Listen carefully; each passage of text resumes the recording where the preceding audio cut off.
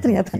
Oke, bagaimana Anda kemudian melihat atau menyerap konsep-konsep pemikiran dari Bang Fahri dan juga kemudian Pak Alfitri tentang keadilan ini dan kemudian bagaimana bisa munculkan figur dari Sumatera khususnya bagi anak muda nih, bagi kaum millennials. Apa sih yang paling dicari oleh anak milenial sekarang ini kalau menurut Pak Sirozi yang sehari-hari bergaul dengan mahasiswa yang masih muda-muda tentunya?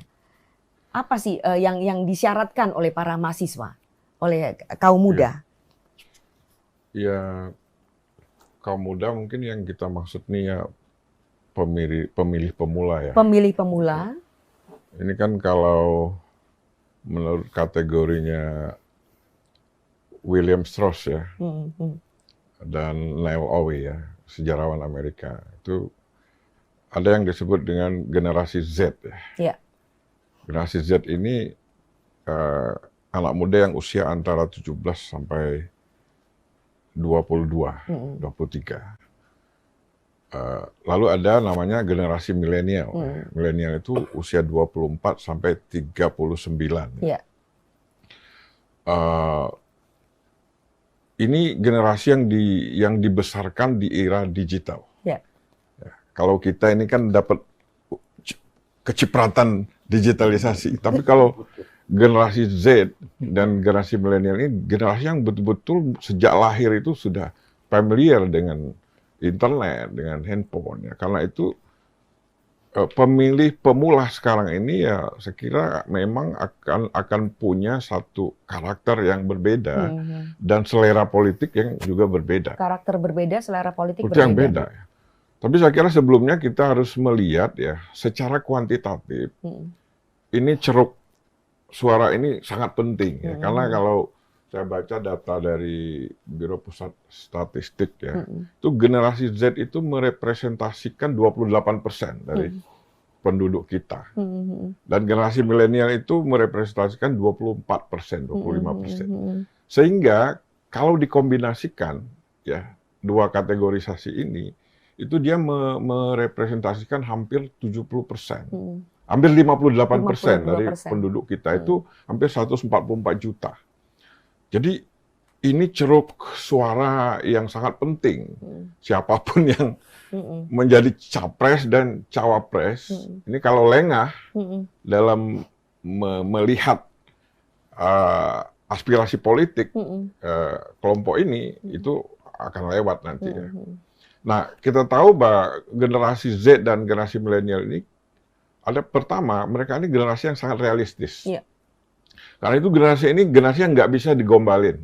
Nggak bisa digombalin. Nggak bisa digombalin. Jadi nggak bisa dibohong-bohongin. Karena mereka ini well informed. Betul.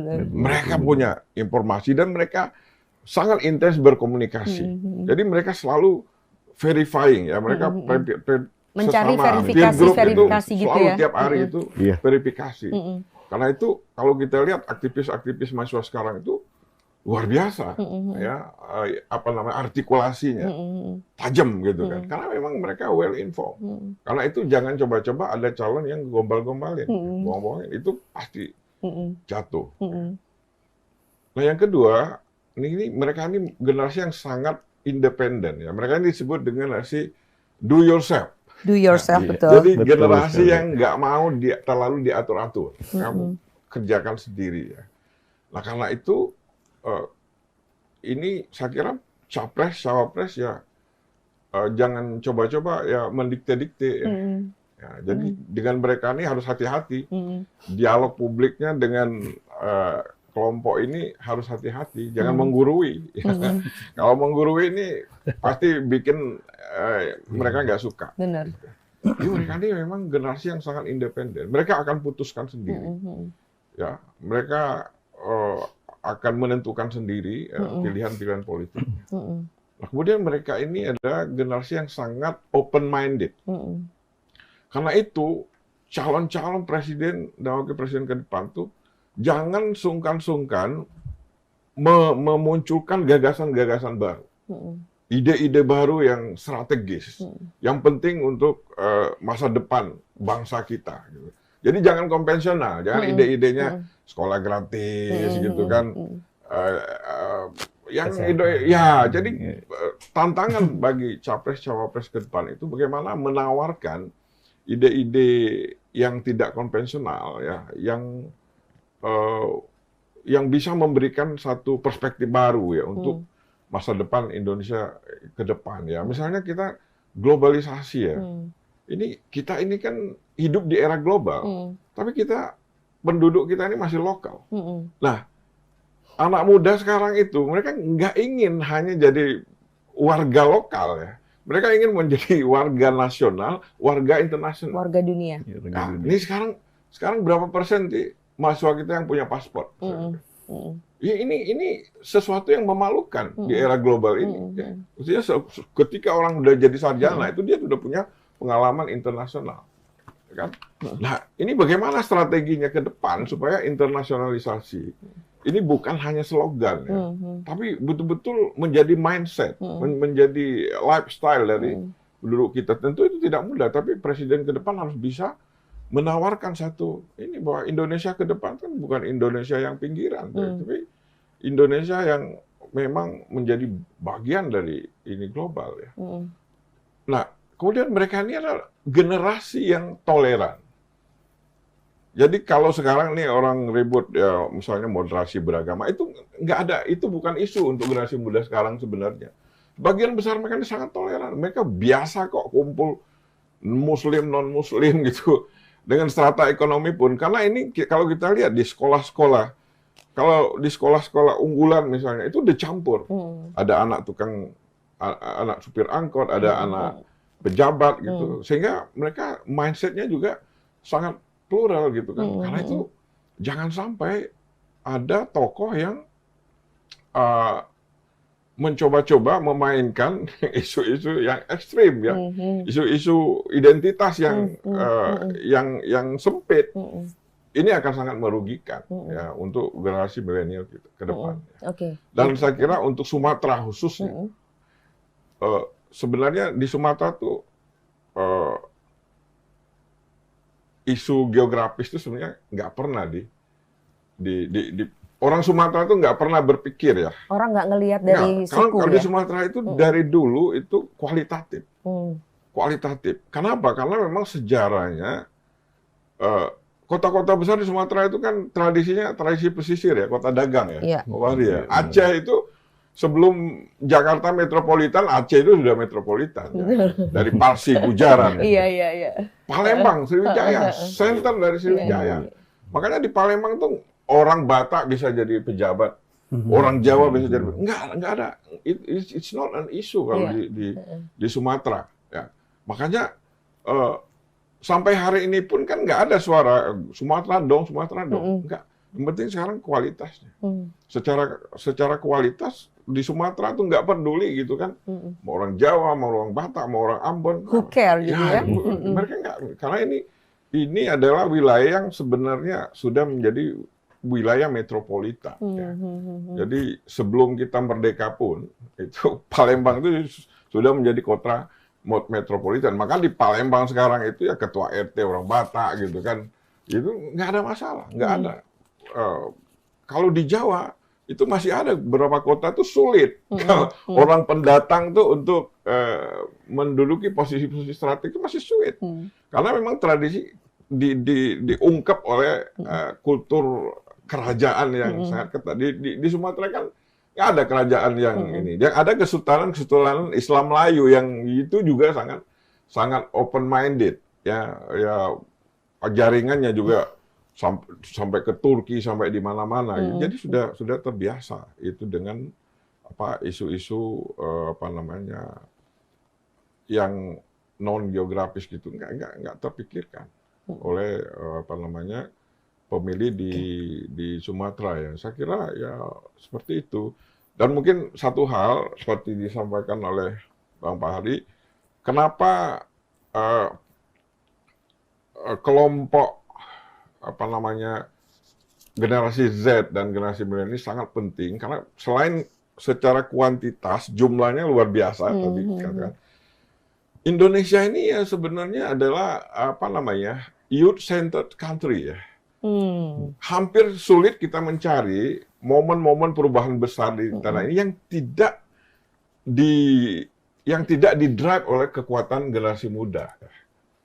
Nah, jadi ya misalnya kenapa Indonesia modern itu mulai tumbuh kan 1901 ya, ketika politik etis, ketika Belanda dipreser oleh para politisnya, kasih kesempatan dong pribumi sekolah. Oh itu mulai anak-anak pribumi itu mulai membaca Karl Marx, membaca Das Kapital gitu kan. Dan ini yang melahirkan aktivis-aktivis pergerakan kemerdekaan ya, sehingga melahirkan Sumpah Pemuda. Dan 1945 itu kalau tidak ada generasi muda, mungkin deklarasi merdeka itu ditunda kan. Rengas Dengklok kan. Yeah. Itu yang mempresen Soekarno kan anak-anak muda itu. Ya kan? Angkatan 66, angkatan 74, reformasi 98. Nah mungkin ini nanti reformasi jilid 2 gitu kan. Jadi memang ini jangan dianggap remeh dalam artian jumlah suara ya, tapi aspirasi itu sangat penting. Jadi kita harus pahami betul bagaimana aspirasi generasi ini ya untuk di Sumatera itu misalnya. Itu kan masih sekarang meskipun Pak Jokowi ini kan sudah mulai ini ya. Misalnya infrastruktur Jawa dan luar Jawa. Itu kan kesenjangannya luar biasa. Coba aja hitung, saya nggak punya data, jumlah jalan tol di Jawa dan di Sumatera itu kan. Ya, itu seperberapanya ya, saya nggak ada data ya, mungkin 1/10-nya belum ada. Kemudian akses dan mutu pendidikan misalnya. Ini kan yang paling penting untuk generasi muda. Sekarang di Sumatera Selatan yang penduduknya hampir 7 juta, itu cuma ada Unsri, cuma ada UIN. Ya, setiap tahun di Sumsel itu lulusan SLTA itu sampai 120.000. Ya kan? Unsri cuma bisa menerima 6.000. Ya kan? UIN cuma bisa 5.000. 100.000-nya kemana? Ke Pulau Jawa. Mungkin 30.000 swasta ya. Masih ada 60-70.000 itu nggak ada tempat kuliah. Ya, mungkin ada 5% punya uang ke luar negeri. Mungkin ada 15% bisa ke Jawa ya orang tuanya. Tapi masih ada 40-50.000 yang nggak bisa kuliah, nggak ada tempat kuliah. Gitu kan. Unsri nggak bisa terima lebih banyak karena harus menjaga mutu kan. Nah harus ada minimal di Sumatera Selatan saja itu minimal harus ada 2-3 lagi universitas yang bermutu, ya minimal seperti Unsri lah. Walaupun misalnya belum world ranking, tapi untuk ukuran nasional Asia Tenggara bisa kita andalkan.